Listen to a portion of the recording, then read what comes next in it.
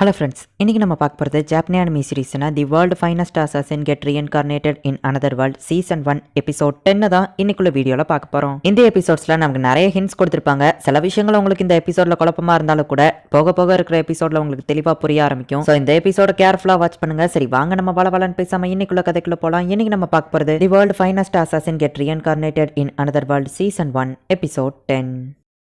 நம்ம ஹீரோவோ டாடோ ஏதோ ஐலாண்டுக்கு போயிட்டு வந்த மாதிரி தெரியுது. இப்போ அந்த போட்ல அவங்க திரும்பவும் வீட்டுக்கு போயிட்டு இருக்காங்க. நான் லேண்டை பார்த்துட்டேன் அப்படின்னு சொல்லி டாட் சொல்றா. கரை இருக்கிற இடத்துல யாரோ நிக்கிற மாதிரி தெரியுது. உடனே நம்ம ஹீரோ வந்துட்டு தன்னோட மிஸ்டேக் ஐஸை யூஸ் பண்ணி என்ன அப்படின்னு சொல்லி பாக்குறான். பார்த்தா மாகாதான் இவங்களுக்காக வெயிட் பண்ணிட்டு இருக்கா. அது மாகாதான் அந்த சைடு திருப்பு அப்படின்னு சொல்லிட்டு நம்ம ஹீரோ வந்துட்டு இப்போ அந்த இடத்துக்கு போறான். என்னோட மேஜிக் எல்லாம் டெஸ்ட் பண்ணி பாக்குறதுக்கு அந்த ஐலாண்ட் சூப்பராகவே இருந்துச்சு. அந்த இடத்துல யாருமே இல்ல. அம்மா எப்படி அந்த ஐலாண்டை கண்டுபிடிச்சா அப்படின்னு நம்ம ஹீரோ கேட்கறான். கடல்ல கப்பல் உடச்சு போனதுல ஒரே ஒரு சர்வைவர் மட்டும் தான் தப்பிச்சு வந்திருக்கான். அவனை விசாரிச்சதுல தான் அந்த ஐலாண்டை பத்தி எனக்கு தெரிஞ்சது அப்படின்னு சொல்லி மாகா சொல்லிட்டு ஒரு நல்ல செய்தியும் இருக்கு, ஒரு கெட்ட செய்தி இருக்கு அப்படின்னு சொல்றா. டிவைன் ட்ரெஷரை பத்தி கேட்டிருந்ததுல இதுதான் என்னால கலெக்ட் பண்ண முடிஞ்சது அப்படின்னு சொல்லி மாகா டீடைல்ஸ் கொடுக்குறா. டிவைன் வெப்பன்ஸ்னா என்னது அப்படின்னு சொல்லி டார் கேட்கவும், இந்த டிவைன் வெப்பன்ஸ் எல்லாம் மனுஷங்க கையால செய்யப்படல. இதெல்லாம் ஏன்ஷியன் காலத்துல இருந்தே இருக்கு. யாராலையும் அழிக்கவே முடியாது. இதெல்லாம் ரொம்பவும் பவர்ஃபுல்லானது அப்படின்னு நம்ம ஹீரோ எக்ஸ்பிளைன் பண்றான். டிவைன் ட்ரெஷர்ல நான் அந்த மேஜிக் ஸ்பியரை தான் கண்டுபிடிச்சிருக்கேன். பேரம் பேசிட்டு இருக்க சீக்கிரமே அந்த டிவைன் ட்ரெஷரை நான் வாங்கிடுவேன். இப்போ அந்த டிவைன் ட்ரெஷர் டாண்டா மெக்னஸ் அப்படிங்கிற ஒருத்தன் கிட்ட தான் இருக்கு. அவன் ஒரு சோல்ஜர். அது போக அவனை தான் எல்லாரும் ஹீரோன்னு சொல்றாங்க அப்படின்னு மாகா சொல்லவோ, அப்படின்னா இதுதான் பேட் நியூஸா அப்படின்னு சொல்லி நம்ம ஹீரோ கேட்கறான். இல்ல, பேட் நியூஸ் இதை விடவும் மோசமானது. ஸ்வேகல்ல வார் நடந்துட்டு இருக்கு. ஹவுஸ் ஆஃப் விக்கோனேவா அதுல கலந்துட்டு இருக்காங்க.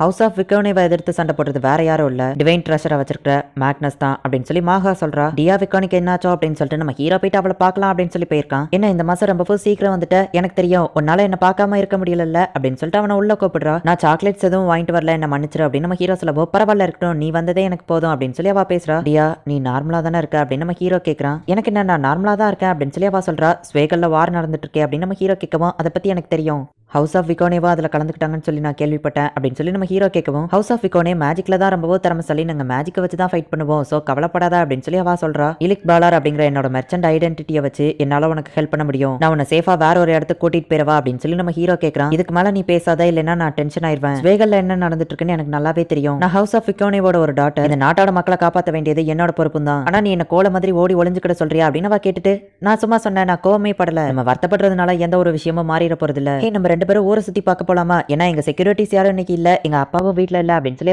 எந்த ட்ரெஸ் போடலாம் அப்படின்னு கேட்கறா. நீ காமிச்ச அந்த ரெண்டு ட்ரெஸ்ஸையுமே ஏன் போடல அப்படின்னு நம்ம ஹீரோ கேட்கவும், நானும் உன்னைய மாதிரியே என்னோட ஹேருக்கு கலர் பண்ணிருக்கேன். அப்படின்னா தான் நான் யாருங்கிறது யாருக்கும் தெரியாது. என்னோட ஹேர் கலருக்கு இந்த ட்ரெஸ் தான் சூட் ஆகுது. சரி நம்ம ஃபர்ஸ்ட் எங்க போலாம் அப்படின்னு சொல்லி அவ கேட்கறா. அந்த இடத்துல என்னென்ன சாப்பாடு எந்தெந்த இடத்துல கிடைக்கும் அப்படிங்கிறது நம்ம ஹீரோக்கு நல்லாவே தெரிஞ்சிருக்கு. என்னோட ஊர் இது, ஆனா எனக்கே தெரியாத விஷயங்கள்லாம் உனக்கு எப்படி தெரிஞ்சிருக்கு அப்படின்னு சொல்லி அவ கேட்கறா. சின்ன பையனா இருக்கும் போதுல இருந்தே மாசம் மாசம் உன்னை பார்க்க இங்க வரேன். ஸோ எல்லா விஷயத்தையுமே நான் தெரிஞ்சு வச்சுக்கிட்டேன் அப்படின்னு நம்ம ஹீரோ பேசிட்டு இருக்கும் போதே டக்குன்னு ஸ்டாப் ஆகுறான். என்னாச்சு அப்படின்னு சொல்லி அவ கேட்கவும், இல்ல அவனை பார்க்க ஒரு சோல்ஜர் மாதிரி தெரியுது. இது கிட்டத்தட்ட என்னோட ஹேபிட் மாதிரின்னு சொல்லலாம். என்னோட சுத்தி இருக்கிறவங்க எப்படிப்பட்டவங்க அப்படிங்கறத என்னால ஈஸியா தெரிஞ்சுக்க முடியும். கிட்டத்தட்ட இது ஒரு சிக்ஸ்த் சென்ஸ் மாதிரி தான். இங்க இருக்கிற நிறைய பேரை பாக்குறதுக்கு சோல்ஜர்ஸ் மாதிரியே தெரியுது அப்படின்னு நம்ம ஹீரோ சொல்றான். ஸ்வேகல்ல வார் நடக்கிறதுனால பாதி பேர் சேஃப்டிக்காக இந்த இடத்துக்கு வந்திருப்பாங்களா இருக்கும் அப்படின்னு சொல்லி டியா சொல்லிட்டு, ஹே அந்த இடம் பார்க்க சூப்பரா இருக்கு அப்படின்னு சொல்லிட்டு நம்ம ஹீரோவை ஒரு டாய் ஷாப்க்கு கூட்டிட்டு போறா. லோக் எனக்கு அந்த டெடியை வின் பண்ணித்தா அப்படின்னு சொல்லி அவ கேட்கறா. சரி நம்ம ஹீரோவா ஆரவ விட போறான். மேஜிக் யூஸ் பண்ணாத, அது சீட்டிங் அப்படின்னு அவ சொல்லப்போ, சரி ஓகே என்கிட்ட நார்மலாவே இதுக்கான ஸ்கில் இருக்கு அப்படின்னு நம்ம ஹீரோ சொல்றான். ஆனா நீ அப்படி பண்ணா ஃபன்னாவே இருக்காது அப்படின்னு சொல்லி அவ சொல்லப்போ, எனக்கு ஒரு ஐடியா அப்படின்னு சொல்லிட்டு நம்ம ஹீரோ வந்துட்டு இப்போ அவளை டார்கெட் பண்ண விடுறான். லைட்டா உன்னோட கையை கீழே இருக்கு,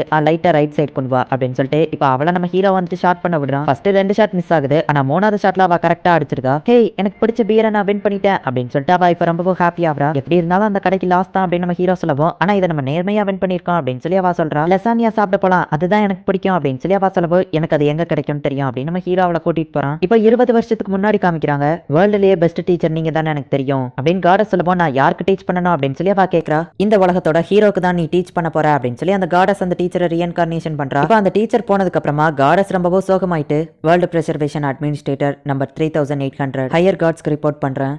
இந்த உலகம் அழிய போது, ஹீரோவோட அவேக் நீங்க தடுத்து இந்த உலகத்தை காப்பாத்துறதுக்காக ஒரு சோலை நான் தேடிட்டு இருக்கேன் அப்படின்னு சொல்லி அவ சர்ச் பண்றா. இந்த காடஸ் பண்ற விஷயத்த நமக்கு இந்த எபிசோட்ல தெளிவா காட்டல. இப்ப நம்ம ஹீரோவோ டியாவோ போயிட்டு லெசானியா சாப்பிடுறாங்க. உன் கூட சேர்ந்து சாப்பிடுறதுனால லெசானியா ரொம்பவும் சூப்பரா இருக்கு அப்படின்னு நம்ம ஹீரோ சொல்றான். எனக்கும் உன் கூட சேர்ந்து சாப்பிடுறதுல லெசானியா சூப்பரா தான் இருக்கு.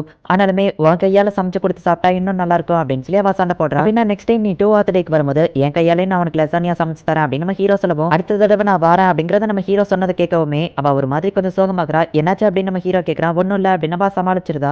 இன்னைக்கு உன் கூட நான் வெளியே வந்ததே எனக்கு ரொம்பவும் என்ஜாயபிளா இருக்கு அப்படின்னு சொல்லி டியா சொல்லவோ, எனக்கும் தான் அப்படின்னு நம்ம ஹீரோ சொல்றான். ஒரு சின்ன பையன் படியில உட்காந்து அழுதுட்டு இருக்கவோ, என்னாச்சு அப்படின்னு போய் டியா கேட்கறான். அவன் பேசவே மாட்டேங்கிறான். டியா அந்த பொம்மையை என்கிட்ட கூட அப்படின்னு சொல்லி அந்த பொம்மையை வச்சு நம்ம ஹீரோ பேசுறான். அவன் பேர் என்ன, என்னாச்சு அப்படின்னு கேட்கவும், என்னோட பேரு ரீகோ, எங்க அம்மாவை காணோம் அப்படின்னு சொல்லி அவன் சொல்றான். சரி அப்படின்னா அவங்க அம்மா கண்டிப்பா இந்த இடத்துல அவனை தேடிட்டு இருப்பாங்க அப்படின்னு சொல்லி இப்ப மேஜிக் யூஸ் பண்ணி அவங்க அம்மா வாய்ஸ் எங்க கேக்குது அப்படின்னு சொல்லி அவங்க தேடி பாக்குறாங்க. அவங்க அம்மாவோட வாய்ஸ் அந்த மெயின் ஸ்ட்ரீட் பக்கமா கேக்குது அப்படின்னு சொல்லி டியா சொல்றா. இப்போ அந்த பையனை அந்த இடத்துக்கு கூட்டிட்டு போறாங்க. ஒரு வழியா அந்த பையனோட அம்மாவை அவங்க கண்டுபிடிச்சிருக்காங்க.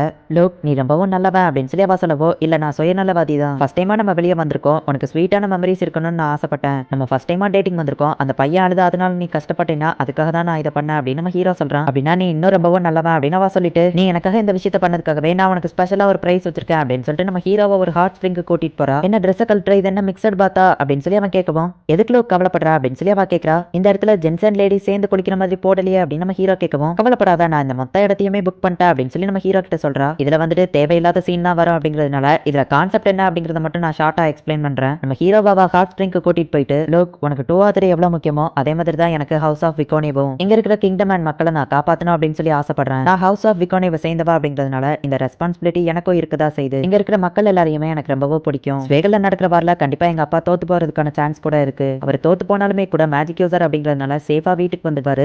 அவர் திரும்ப வரும்போது நான் வீட்டில் இருக்கணும் அப்படின்னு டியா சொல்லவும், எதுக்கும் நீங்க எஸ்கேப் ஆகிறதுக்கு நான் பிளானா ப்ரிப்பேராகவே வச்சிருக்கேன் அப்படின்னு சொல்லி நம்ம ஹீரோ சொல்றான்.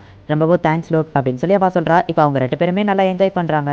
லோக், இப்போ சில பிரச்சனைகள் போயிட்டு இருக்கிறதுனால இதுக்கப்புறம் என்னால் உன்னை மீட் பண்ண முடியுமான்னு தெரியல. நம்ம மீட் பண்ற டைம் வரும்போது நானே உனக்கு தகவல் அனுப்புறேன் அப்படின்னு சொல்லி டியா சொல்றா. சரி ஓகே அப்படின்னு சொல்லிட்டு நம்ம ஹீரோவா அந்த இடத்துல இருந்து கிளம்புறான். டியா, நம்ம ப்ராமிஸை நான் மறக்க மாட்டேன், உனக்கு லசானியா கண்டிப்பா செஞ்சு தருவேன் அப்படின்னு நம்ம ஹீரோ சொல்றான். அவ்வளோ சரி ஓகே அப்படின்னு சொல்றா.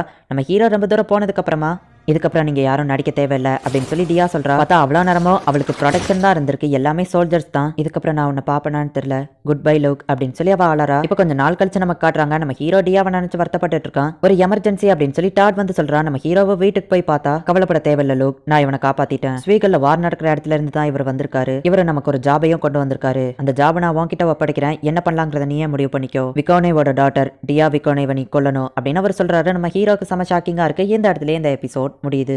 நம்ம ஹீரோ லவ் பண்ற டியாவை தான் அவங்க அப்பா கொல்லணும் அப்படின்னு சொல்லி சொல்றாரு. எதுக்காக நம்ம ஹீரோவோட அப்பா அப்படி சொல்லணும், நம்ம ஹீரோ என்ன பண்ண போறான் அப்படிங்கறத நெக்ஸ்ட் எபிசோட் பார்த்து தெரிஞ்சுக்கோங்க. இதுக்கப்புறம் வரப்போற எபிசோட்ஸ் தான் நீங்க எதிர்பார்க்காத லெவல்ல கதை சும்மா வேற லெவல்ல சூப்பரா போகும். நீங்க எதிர்பார்க்காத எல்லா ட்விஸ்ட்டுமே உங்களுக்காக காத்துட்டு இருக்கு. இந்த எபிசோட்ல நமக்கு அந்த காடஸை பத்தியும் சில ஹிண்ட் காமிச்சிருப்பாங்க. ஒருவேளை அது உங்களுக்கு புரியலன்னா கூட அதை அப்படியே விட்டுருங்க. சீசன் 2 வரும்போது உங்களுக்கு கண்டிப்பா அது புரியும். இதுக்கப்புறம் வரப்போற எபிசோட்ஸை மிஸ் பண்ணாம பார்த்து என்ஜாய் பண்ணுங்க. அண்ட் உங்களுக்கு இந்த வீடியோ பிடிச்சிருந்தது அப்படின்னா லைக் பண்ணிட்டு அப்படி மறக்காம நம்ம சேனலை சப்ஸ்கிரைப் பண்ணிருங்க. தேங்க்யூ ஃபார் வாட்சிங். Bye guys. நெக்ஸ்ட் எபிசோட்ல மீட் பண்ணலாம்.